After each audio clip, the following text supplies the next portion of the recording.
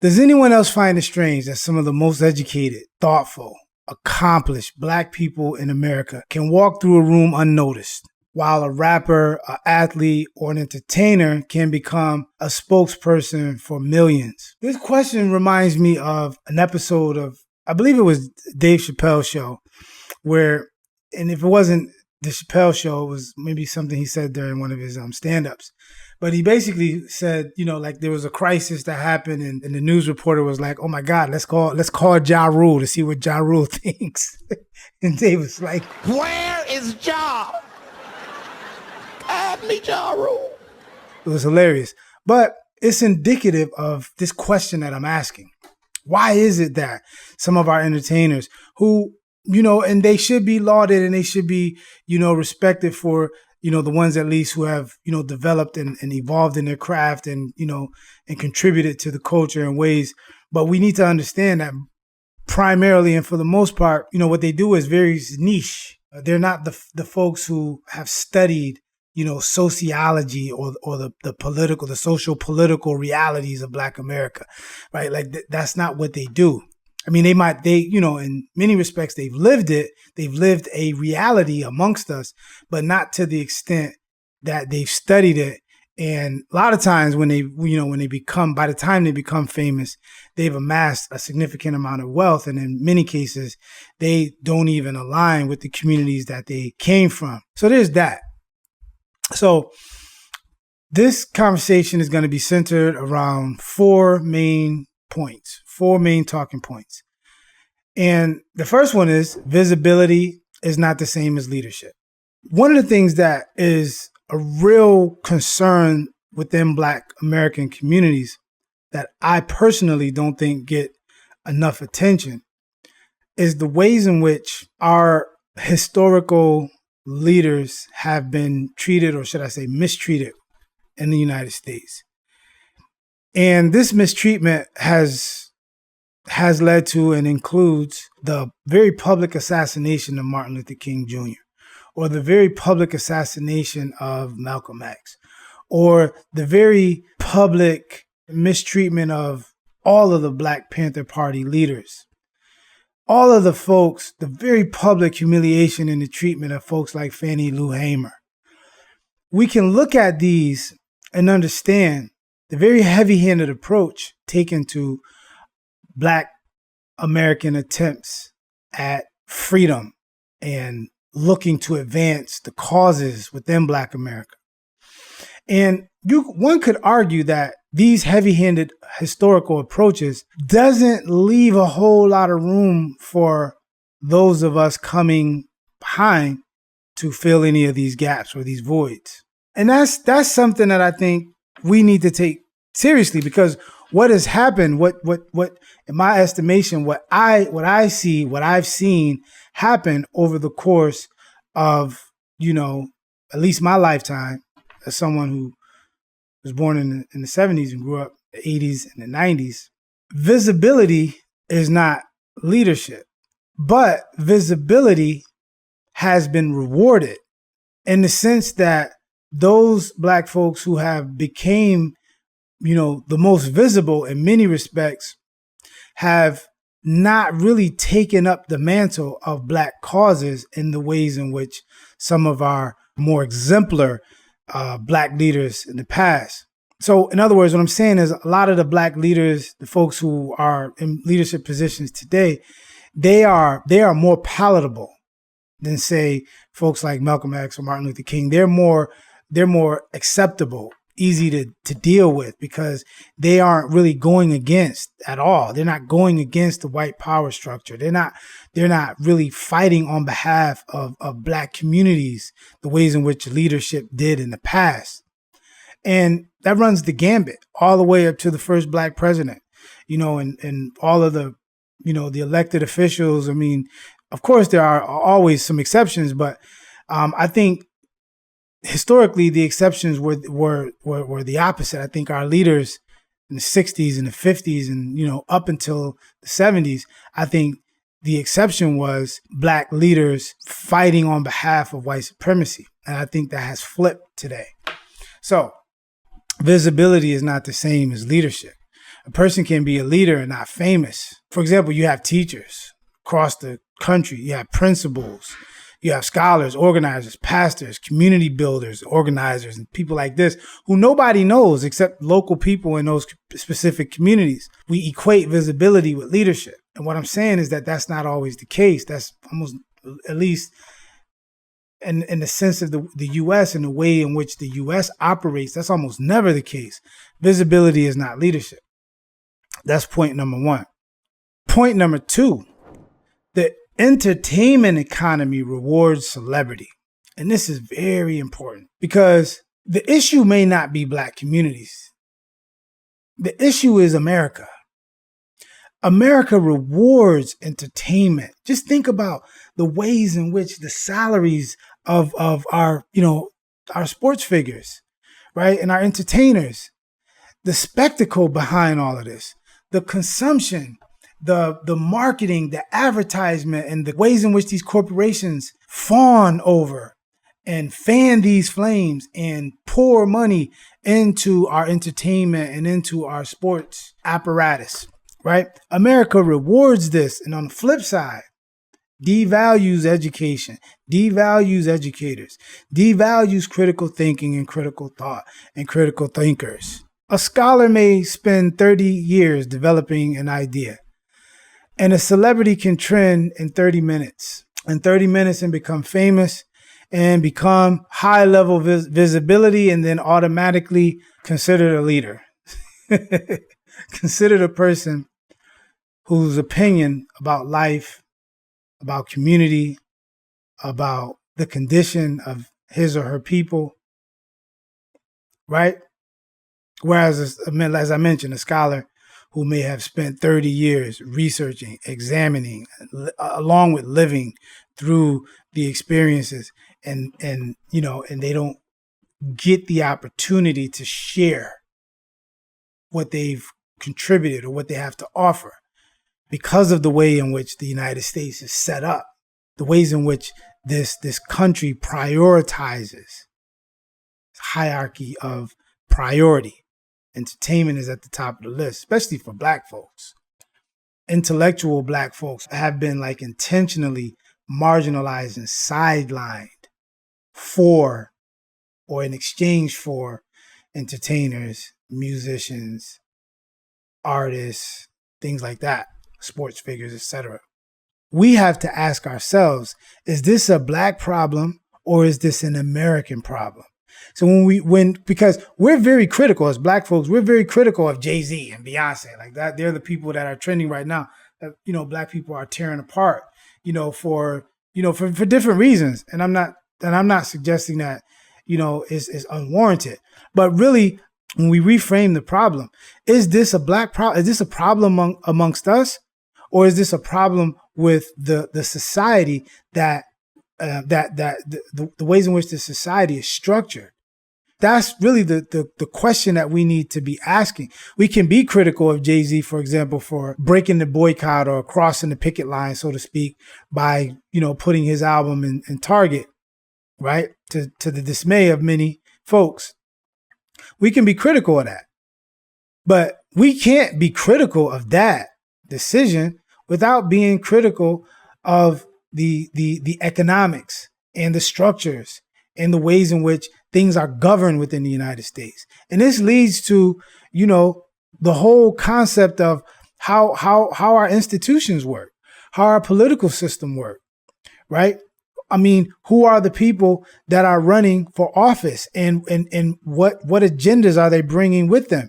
Or are they just Black faces just being put into position to mimic, the folks before them, or to just keep the machine running, not trying to interfere or reroute the machine in no kind of way?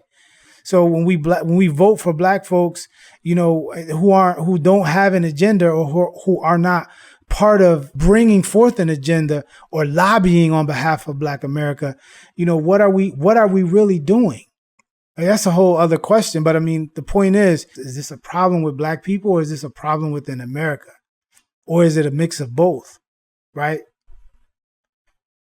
The entertainment economy rewards celebrities, point number two. The third point is, historically, Black communities produce intellectual leaders. So we have a track record of producing intellectuals and producing intellectual leaders. We don't need a blueprint. We don't need to look elsewhere for a blueprint. We don't need to look at other groups to see what it is we can do or what we should do. We have blueprints left and right all around us. So folks like W.E.B. Du Bois, Anna Julia Cooper, Ida B. Wells, Carter G. Woodson, Ella Baker, Malcolm X, Fannie Lou Hamer, James Baldwin, Minister Louis Farrakhan, Elijah Muhammad. We have blueprints all around us. These were intellectuals and movement leaders. So the question is, what happened? What changed? What caused for Black leadership to move away from the kinds of leadership that was clearly effective, clearly making strides within Black communities? What changed? These are real, serious questions that people in Black communities need to grapple with. We tend to pick at low-hanging fruit. We call out, for example, Jay-Z. I keep going back to Jay-Z because he's been trending lately. But we call out Jay-Z, right? And I'm not saying that, Jay-Z doesn't have a responsibility to the Black community. For example, when the NFL, when Black folks are livid with the NFL because of the Colin Kaepernick situation. And then Jay-Z steps in and kind of really becomes it kind of it let the NFL off the hook. So the question becomes again, how much do we expect from Jay-Z? Right? This is someone who, as brilliant as he is, but does he understand? Maybe he do, I don't know. But does he really understand the inner workings of white supremacy and how it works to divide us up? Does he really understand that? Does he have do we expect that from him? I think to expect that from him, I personally don't. As someone who has attained the ability to be nimble in my thought process, to understand that no matter how much you have, how much knowledge you have, you don't have it all, right? So you can stand on something, you can form a conclusion about a thing, for example, and still be nimble enough, no matter how tight your argument is. It's tight based on the information that you have. But the information that you don't have can loosen your argument. And that's one of the things that I learned. That's one of the things that, being an academic or being a scholar or being an intellectual affords you. And when you're trained in that way, you have that capacity to be able to accept something that didn't reach you. Now, do we expect this level of understanding and nuanced critical thinking from someone who didn't spend their life researching these topics that they now find themselves enveloped by? It's just a thought. Fourth point, the decline of Black institutions and why that matters. So when we think about the impact of historically Black schools, I'm not just talking about HBCUs, historically Black colleges and universities. I'm not just talking about those. I'm talking about the segregated K through 12 schools that preceded the HBCUs and the plethora of highly skilled Black teachers that for decades taught Black students and nurtured Black students, nurtured their intellect, nurtured their curiosity. Because by law, for 100 years, by law, schools had to be segregated. Black children could not go to school with white children. They had to be educated with their own, educated by their own, by law. So when we think about the Black intellectuals around the 1950s and the 1960s and the black leaders that emerged, they are products of this. They are products of having educators who were teaching them how to navigate a society levied against you, structured against your presence. Yet still you have to move and figure out how to move. And yet still you are brilliant. And yet still you are probably the most brilliant person in the room that you'll step in. Then we get the kinds of people like we get Muhammad Ali, this proud black man and articulate and confident. And that's how we get that. We don't get Muhammad Ali. Putting him in a school with a bunch of white educators, questioning his every move, questioning or silencing his every thought. We don't get Muhammad Ali like that. This is why the decline of black institutions matter. The black newspapers that we lost, whether it was the Final Call, whether it was the Amsterdam News or the Chicago, forgot the one in Chicago, the Chicago newspaper, the black newspaper out of Chicago, whether it was Jet magazine, whether it was Ebony magazine, whether it was TV shows like It Is with Gil Noble, whether it was Tony Brown's Journal, whether it was, these talk shows, these TV shows who brought in black intellectuals to talk about black problems, and then they broadcasted them out to black communities, and people were having these conversations throughout in layers across black communities.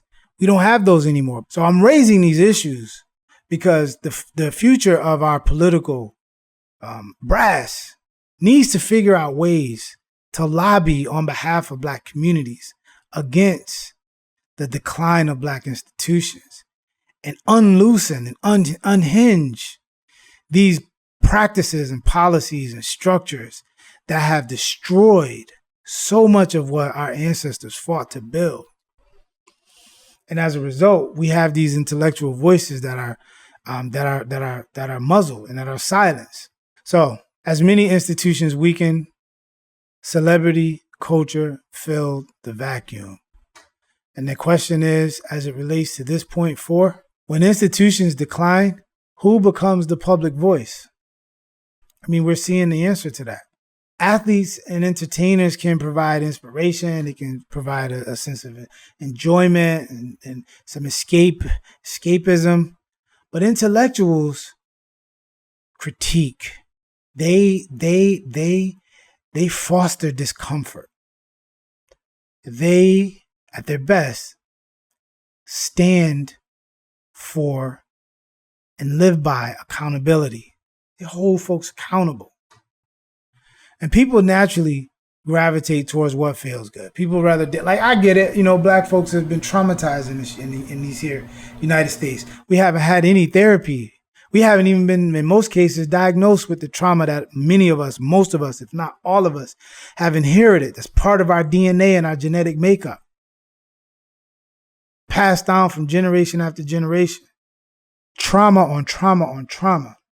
We can understand why some of us would rather the escape through music and entertainment and enjoyment and inspiration. We can understand that. We can also understand why folks don't really want to deal with the critiques. They don't want to deal with the discomfort. They want to feel comfortable. They don't want to take account and be held accountable for anything. So, in closing, maybe the question isn't whether black communities value intellectuals. Maybe that's not the question. Maybe the question is whether we've allowed celebrity culture to redefine what leadership is. If leadership means visibility, then the celebrity wins.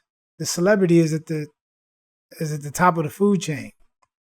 But if leadership means building institutions, the development of people, the creation of ideas, and leaving communities stronger than what they found them, then many of our most important leaders will never appear on television today. And these are just some ideas and some points for us to think about. And for those of us, and those amongst us who are, have the wherewithal to run for political office or are in political office, take from whatever is here, because I think it could be useful and it could be helpful. And, don't forget to like, subscribe, comment, share with your friends. I mean, it's one way for us to know, who this information is reaching and how effective it is, because we want to keep continuing to bring you more content like this. Thanks for joining me in this conversation. That's it for now, y'all. Peace. Word up, quick to set it, don't wet it. Real niggas lick shots, peace, Connecticut. Yo, what up, yo? Time is running out. It's